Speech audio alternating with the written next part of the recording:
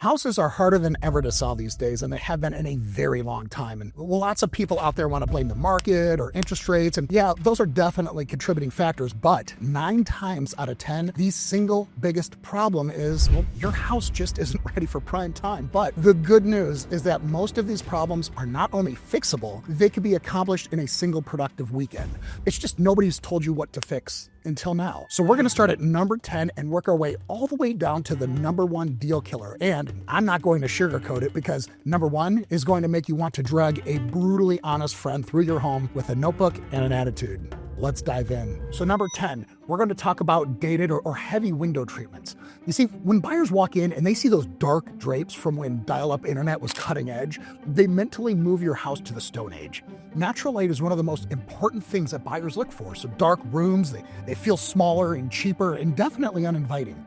Here's what many sellers tell themselves. Well, these drapes came with the house 20 years ago. I think they're fine. They're not fine. They're dated, they're dusty, and they're killing any hope of joy in that room. Remove them entirely if the view is good and privacy isn't an issue. If you need coverage, just replace these things with light, neutral, modern treatments like sheer panels or clean blinds. There's just buckets of research out there that shows that window treatments are an underused resource in staging, and this is a very easy box to check. So go ahead and do it. Number 9. This is decor that's really taste-specific or maybe even controversial.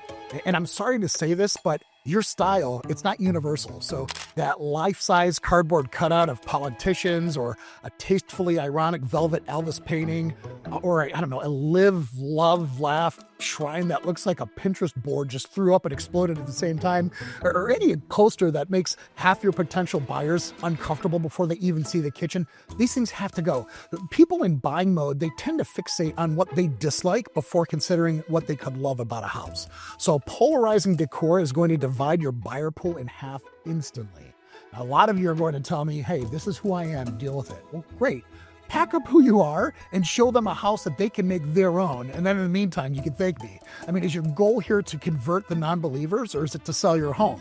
Now, if it's to sell your home, then you just need to remove it all. Staging your home for sale is all about broadening the appeal and not showcasing your personality, which takes us to number 8. These are personal photos and mementos. Your memories are a distraction to buyers. So family photos that are just plastering the walls or personal collections, trophies, diplomas, travel souvenirs arranged on shelves, whatever. Listen, all of that is super cool, but you're forgetting something here. Buyers can't visualize their life in your home if you don't give them the mental room to do so. They need a blank canvas where they can imagine their future life, not a museum dedicated to your past, okay? Now, some people tell me that they believe that a few photos here and there make it homey. No. They make it personal, and personal is the enemy of creating a welcome environment for a buyer to paint their own lives, okay? And if you don't believe me, listen to the data nerds. The NAR staging data shows that depersonalized homes sell 17% higher and 73% faster than homes that are filled with personal items. So when buyers can't fall in love with the eating kitchen because they're getting hammered in the face with your kid's finger painting, all that's happening is you're giving them a reminder that they're standing in somebody else's home. And sadly, that is going to break the spell. Now, for number 7, we're going to address some of the outdated paint or wall colors, okay? That Barney the Dinosaur purple accent wall that your kids loved, that's a problem. Bold colors or dated trends like sponge painting or chair rails or scuffed and dirty walls. I just want you to know that buyers are going to fixate on those things and they can't see past it. So instead of imagining their furniture in the space, they're calculating repainting costs and they're adding that to the cost of the home.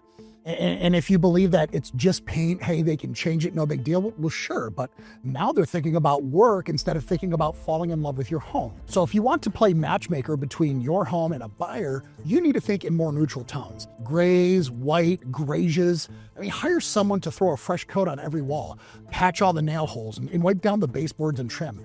You need to make it look move-in ready. And I know, yes, it's going to cost you money. Listen, I've got 4 athlete daughters, and I have to feed all of them, so don't tell me about spending money. And besides, the NAR staging data shows that even a $1,500 paint job can return up to $10,000 in the increased sale price. So that's why they say paint is one of the single highest ROI fixes that you can make. So don't be stepping over $1 to pick up a penny here is all I'm trying to say. Number 6, we're going to talk about excessive furniture and clutter. Now, the best way to shrink all of your rooms by 30% is pretty much just to have crap everywhere. Seriously, go ahead. Stuff in too many pieces of furniture or obstruct your walkways. Just have trinkets covering every shelf and then wonder why buyers can't see the space. See, this sounds obvious, but I see it so often that I have to remind people. Cramped feeling equals a lower perceived value. So these buyers, they're not buying your stuff. They're buying square footage. And if they can't see it, they can't buy it. So maybe you kind of feel like you need all that stuff to live there. I mean, really? You need a 75-unit VHS edition of Baywatch in order to live in that home? Okay, fine, maybe. But let me give you a newsflash. You're not living there anymore. You're selling there. And there is a difference.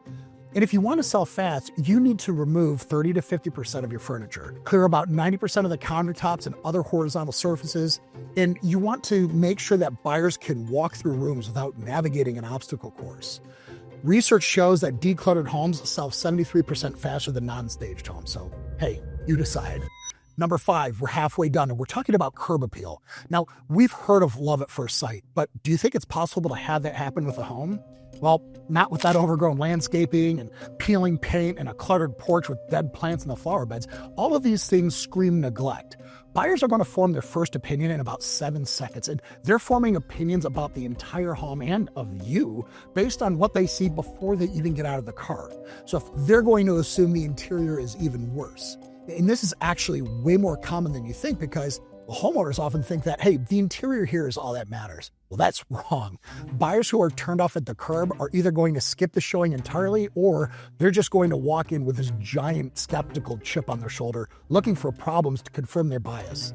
Now, thankfully, the fix here isn't rocket science. You simply power wash everything, like the siding, the driveways, the walkways, trim up the bushes and the trees, and maybe throw some fresh mulch in the beds. Paint the front door is a great thing to do, and remove any junk like broken planters or random stuff piled on the front porch. If you nail the curb appeal question, you're going to find that your buyers are crossing the threshold with optimism instead of doubt. Number 4, dirty carpets and flooring damage. Oh my gosh. I want you to think of every stain as a negotiation tool that buyers are going to beat you over the head with. Pet stains, wear patterns, visible damage, dingy grout. Buyers are going to see all of these things and they're going to come up with 2 big conclusions. Number 1, they're going to think about neglect, and number 2, they're going to think about replacement cost.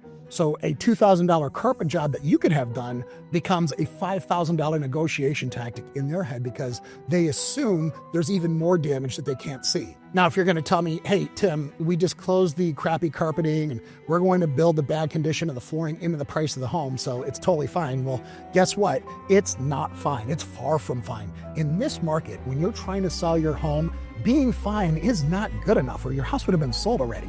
You need to be better. You need to understand that when buyers see a defect, they automatically assume there's more hiding around the corner. So simply disclosing it or building it into the price, it doesn't make these defects invisible. They're still going to see it, and they're still going to judge it, and they're still going to use it as leverage against you. So before hitting the market, you should get a professional steam clean at a minimum. If the stains won't lift, replace the carpet before even listing. Now, for tile, it's really simple. Just regrout or professionally clean. For hardwood, it tends to be a lot more forgiving, so you could typically get away with a really strong deep clean and a polish, but if significant blemishes are still showing, consider getting it refinished. Research shows that buyers cite flooring condition as a major turnoff in feedback, and inspection reports are going to highlight every stain, every crack, giving buyers ammunition for credit requests. Okay, now we're here down to the top 3. At the top of this list is broken or non-functional items.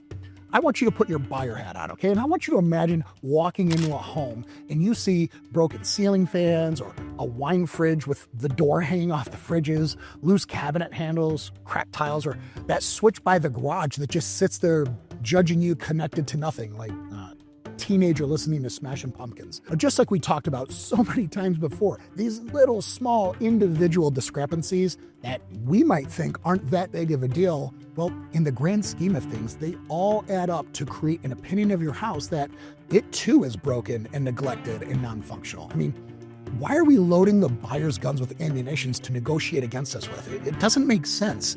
We have to stop doing that. So if you're serious about selling your home, you just have to fix everything that's broken. I mean, period, end. If you can't fix it, then remove it entirely and replace it with something that works, all right? All right, number 2, and this is the part of the video where I might have to hurt some of your feelings, but I would much rather be the guy who disappoints you with the truth than comforts you with a lie. Because I have to talk to you about, you and your pets, especially as it relates to you being present during showings.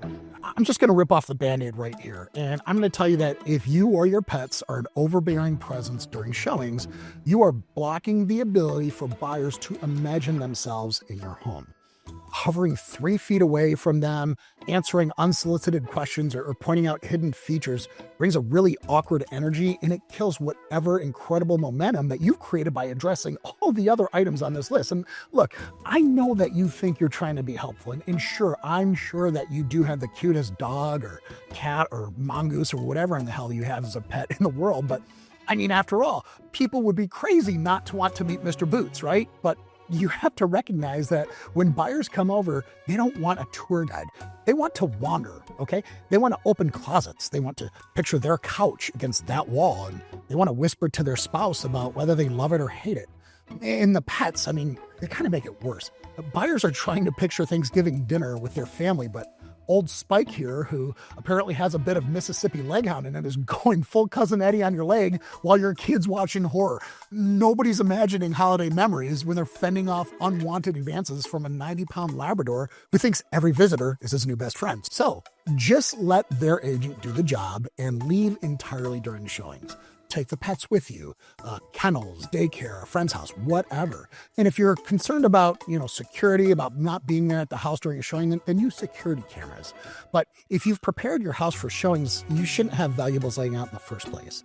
If you give people the space to fall in love with your home, it will happen. Okay, we've made it. We're all the way down to number 1.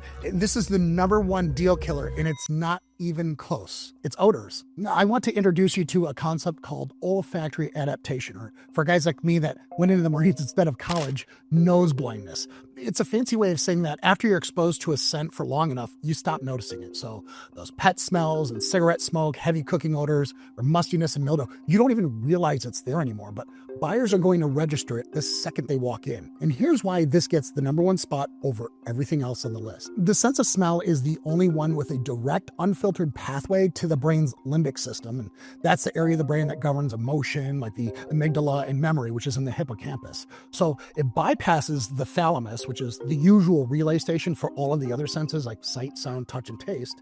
And what's interesting about this is because of that, research shows that people recall smells with 65% accuracy after an entire year, but only remember 50% of what they see after only 3 months. What all this means is that buyers are probably going to forget your granite countertops. They're probably going to forget your drapes and what color your carpet is, but they are never going to forget what they smelled.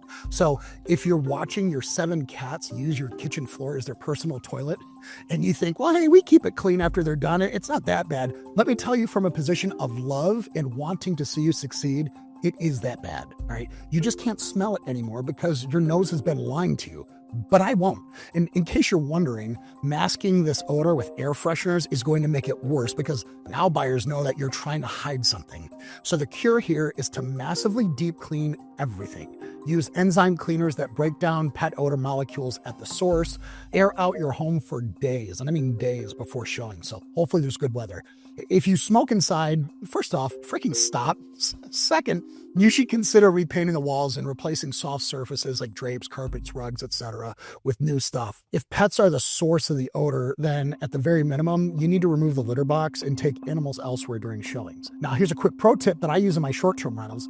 Anytime somebody brings a service animal, I have an ozone machine that I run, and it does a great job of deodorizing the home. So go on Amazon, pick up an ozone machine, and let it run for several days in affected rooms of your house. Now, just make sure you're not running the ozone machine while you're home or in close proximity, because that ionized air that it puts out, it can be a bit of a lung irritant. But If you're going away for a long weekend, perhaps, I would let that sucker run full blast the whole time. And when you come home, it's not going to smell like an air freshener or anything else. It's just going to smell clean. Now, all of these 10 things are great to know, and I'm glad we talked about them. And there's probably even more if you dig in further. But all of this effort is going to amount to absolutely nothing if you screw up the pricing of your home. And that's why in this video right here, I take you through the entire process and I help you avoid the scams out there that are going to cause you to leave tens of thousands of dollars on the table if you choose the wrong path. And I look forward to seeing you there.